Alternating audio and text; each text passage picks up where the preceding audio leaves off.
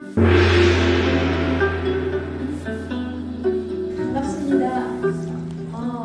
저는 아까 소개를 받았다시피 장사님에 대해서 이야기입니다.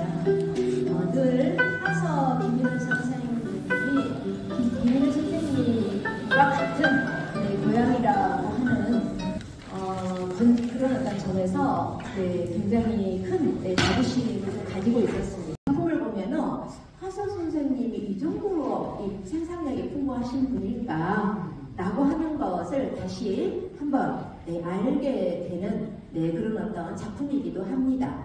그래서 이제 제가 이 발표 페이퍼에는요, 세 작품을 모두 다 분석해가지고 지금 이렇게 올려놓았지만은요, 지금 이 PT 자료에는 한 작품만 지금 대표적으로 올려놨습니다. 경도시라고 하는 작품인데요. 이 작품은 이제 전체 다 읽어볼 수는 좀 없는 것 같고요. 총 54구로 이루어진 굉장히 어떤 긴 장편의 시입니다. 여기 보시면은 첫 번째 구, 두 번째 구, 세 번째 구, 네 번째 구를 보시면은 길손의 혼, 남몰래, 길손의 혼, 남몰래 푸른 단풍나무에서 끊어지네. 여기서 말하는 길손은요, 지금 경도놀이를 하는 주체자를 말합니다. 그래서 이 경도놀이를 하는데 배를 타고서 이 불온의 어떤 시신을 물에서 건지고자 하는 그런 어떤 놀이거든요. 근데 놀이라고도 사실 어디 보면 놀이 그러면은 굉장히 어떤 노는 어떤 거잖아요. 근데 이거를 불온의 어떤 죽음을 놀이로서 사실은 좀 승화시킨 것이 바로 경도놀이라고 생각을 합니다. 그래서 그 배의 어떤 모습을 보면은요, 앞에 용 그림이 그려져 있다고 합니다. 그래서 용주놀이 이렇게 또 부르기도 합니다. 그래서 이 지금 불온의 어떤 시신을 건지러 가는데 그 가는 어떤 길이요, 초역, 굉장히 어떤 이 험한 그런 어떤 길을 또 건너가야 하는 어떤 그런 과정이라든가 이런 것들을 이렇게 읊고 있습니다. 그래서 이렇게 이제 되어 있고요. 여기 보시면은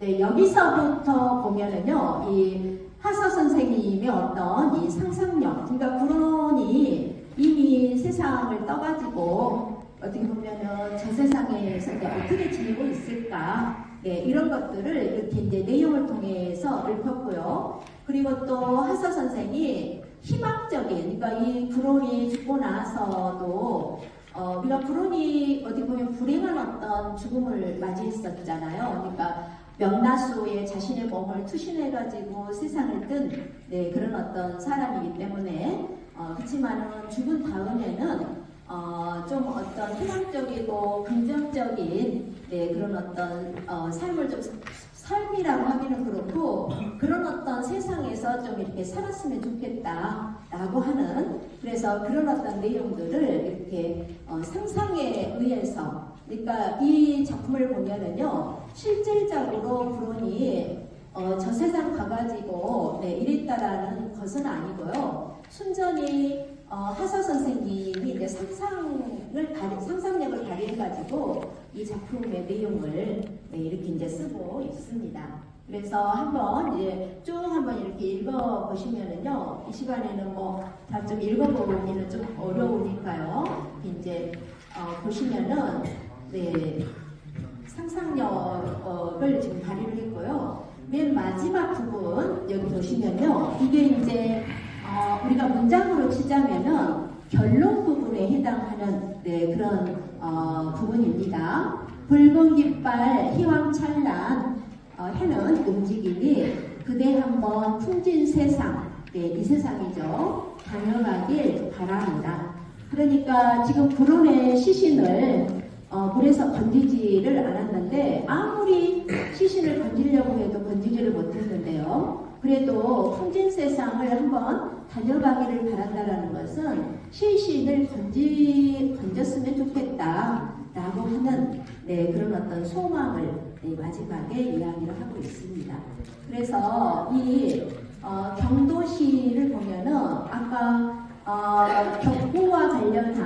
네, 그런 어떤 시에서는 하서 선생님의 어떤 그런 그 시 창작을 하는 어떤 그런 감각성, 네, 그런 것을 우리가 알 수 있다면은 이 경도시와 관련한, 그러니까 경도놀이와 관련한 이런 어떤 작품을 통해서는요, 하서 선생님의 어떤 상상력을 네, 우리가 또 알 수가 있습니다.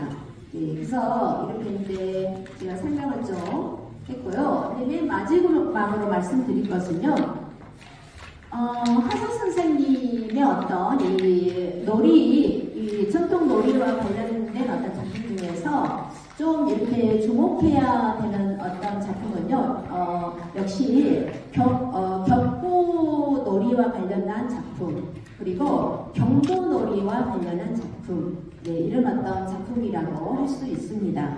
그 전에 격구 놀이와 관련한 작품은요, 대표적으로 고려시대 때 모분 2세, 네, 이분께서 3작품 정도 네, 지은 바가 있습니다.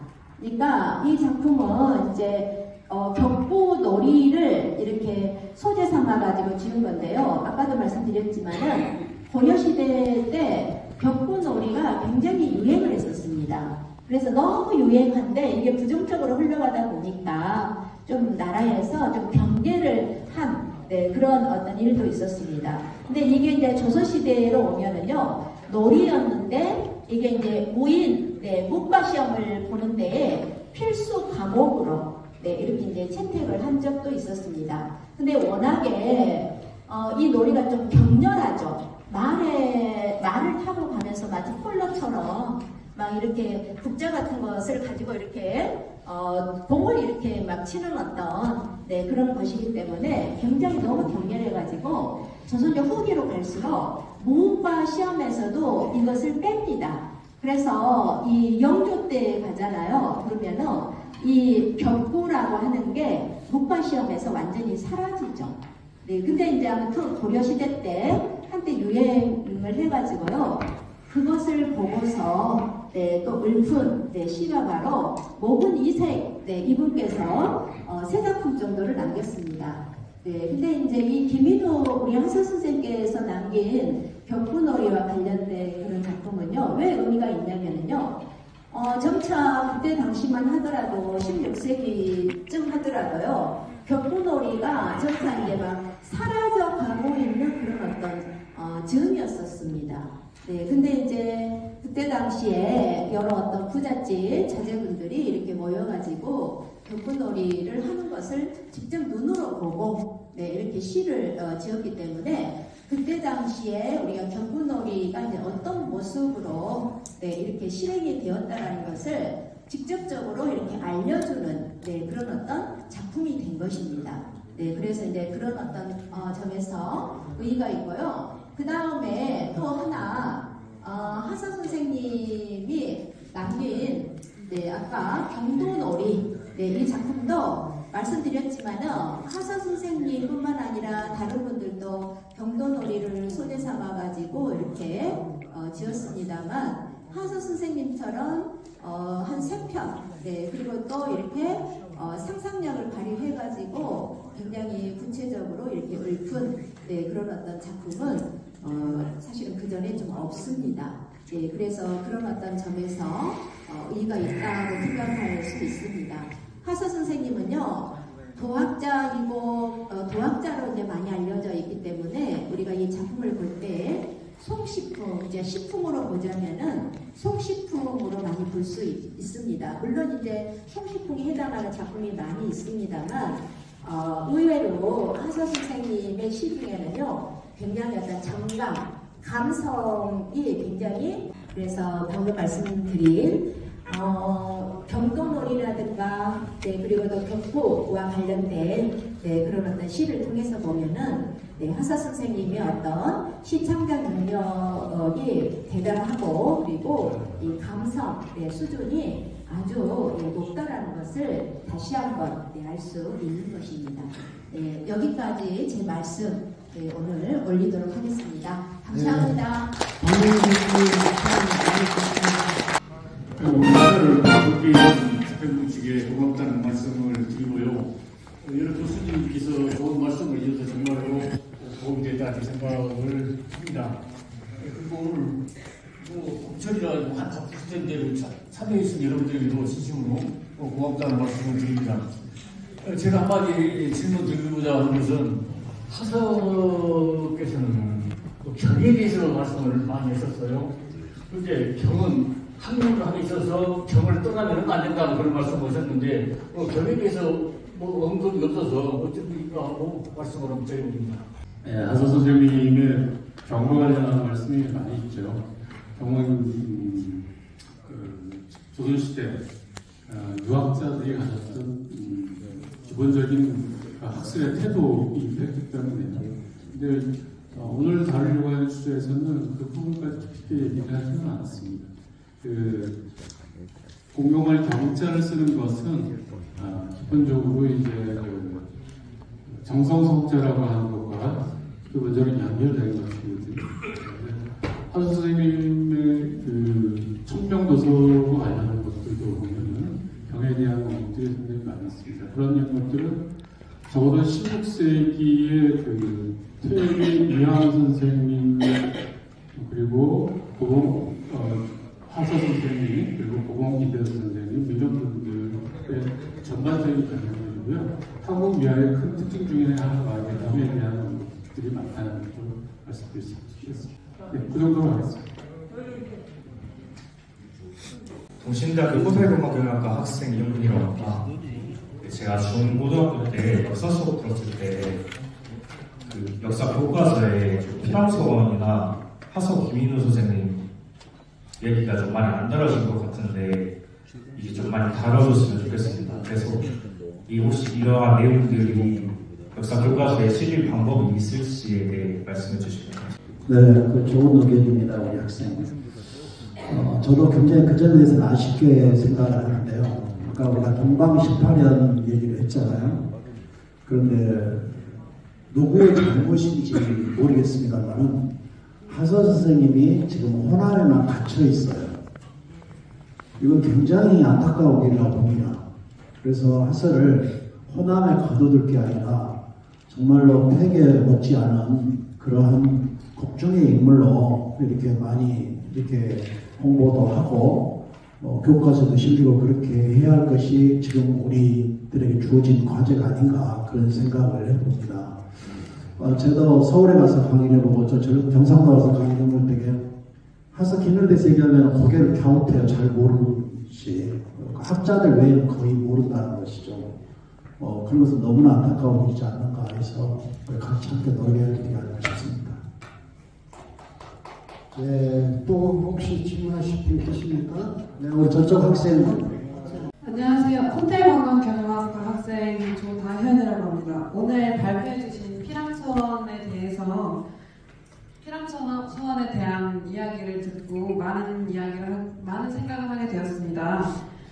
다만 피랑서원이 역사관광 명소라는 느낌이 조금 부족한 느낌이 듭니다. 그래서 이런 형상을 어떻게 해야 저 같은 청년 또한 피랑서원에 대해 많이 생각하고 방문할 수 있을지, 호남 대표의 장성서원이지만 더 많은 사람들이 알 수 있는 장소가 될 수 있을지, 앞으로의 관광객 유치 관련 행사나 어떤 의견이 있으신지 한번 물어보고 싶습니다. 피랑서원이 이제 유네스코 9개 서원 중에 이제 정의됐다고 했지 않습니까? 그렇기 때문에 그 이후로 굉장히 방문객이 많아진 건 사실이에요. 그런데도 사실은 우리가 그 서원이라는 상당히 이제 역사적인 문화유산에 대해서 현대 젊은 친구들이 그다지 많이 찾아가지는 않는 것이죠. 사실은 소세원 같은 경우는 오히려 많이 찾아가거든요. 그런데 이 교육 지금의 서원 같은 경우는 지금 이 동신대학에 있듯이 현대 교육의 기관이라면 옛날에 교육기관이 있다는 게 그리고 몇몇 그 정신문화가 살아있는 것이고요. 그래서 그런 것들을 자주 찾아갈 수 있도록 이 학교의 학생들도 또는 학교의 교수님들도 관심을 좀 가졌으면 좋겠고, 그 다음에 지자체에 있는 장성교수도 마찬가지지만 굉장히 방문을 해 저희가 노력을 한 걸로 알고 있거든요. 그래서 오늘 젊은 학생들이 많이 참여해 준 것도 굉장히 좋은 기회가 아닐까 싶습니다. 네, 제가 좀 부연 설명을 좀 더 드리도록 하겠습니다. 지금 학생분이 피란소음과 관련한 그 활용이라고 하는 문제와 관련해서 말씀을 해주셨는데요. 저는 그 부분에 대해서 여기 앉아 계신 어르신들 그리고 문중이나 성 관계자들은 좀 새겨들어야 될 얘기들이 있다고 봅니다. 제가 대학에서 저희 헌업학과에서 인문문화자원이라고 하는 이름으로 서원, 향교, 사우 이런 것들에 대한 연구들을 계속하고 있습니다. 그래서 지역의 서원들 그리고 문중, 사우들 이런 것들을 방문하는데 대단히 폐쇄적입니다. 그 폐쇄적이라고 하는 것은 문중 위주로 다루고 있다라고 하는 거죠. 그런데 그 문중이라고 하는 게 지금 얼마나 더 유지될 수 있을지 모르겠지만은 그 공간이 지금 사적인 문중 개인의 것이지만은 공적 영역에 있다라고 하는 것들을 생각한다면은 대폭이 아니고 확 열어버려야 돼요. 그리고 거기에서 할 수 있는 다양한 행사들을 끌어들고 들어와야 되지 않을까 싶습니다. 그냥 과거에 우리가 했었던 전통적인 어떤 것들 굉장히 중요합니다. 그런 것들 전통적인 행사들 이를테면 그런데 전통적인 것도 제대로 하지도 않고 있어요. 제가 그 사례를 한번 말씀드리면은 서원에서 가장 중요한 일이 강해입니다. 강해.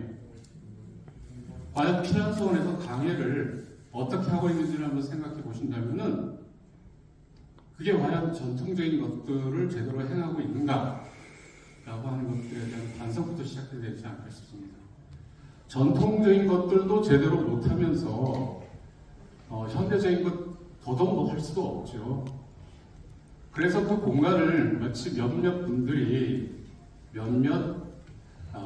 관련된 분들이 점유하고 있는 것은 아닌가 싶습니다. 열어놔야 됩니다. 그래서 그 문턱을 열어놔야지만이 많은 사람들이 갈 수 있고, 그리고 더더욱 중요한 것은 어린아이와 여성분들이 그 서원이라는 공간을 들락날락해야 된다고 저는 생각합니다. 전통시대에 여성분들은 서원에 갈 수가 없었어요. 문턱에 넘어설 수가 없었죠. 뭐 세상이 달라졌다고 꼭 그래야 되냐? 그렇지는 않습니다만은 미래 세대들이 그 공간을 익숙하게 들락날락해야지만이 그것도 활용이 되는데 그렇지 못한 상태에서 어떻게 그것이 새롭게 혁신될 수 있을까? 저는 그 부분입니다. 구호와 이념화 될 것이 아니라 실천을 해야 되고 그 실천은 아까 말씀드린 대로 가장 일상적인 수준에서 생각을 해야 됩니다. 상식적인 수준에서 그런 공간이 몇몇 특정한 지역에 지자체에 이름 내기 위한 폼내기 위한 행사 그런 것을 진행하는 공간 그게 아니라 그걸 딱 떼시고 지역민들과 함께 할 수 있는 그 공간으로 돌려놔야지만이 그 공간이 오래도록 우리 지역 사람들과 함께 할 수 있지 않을까 그런 생각을 봅니다. 네, 좀 이빨을 소리였습니다. 동신대교 산업혁명 사단법인 피람서원 사명과 협약식을 체결하고 있습니다. 역사적인 동신대교 산업협력단 사단법인 피람서원 산해와 협약식을 마쳤습니다.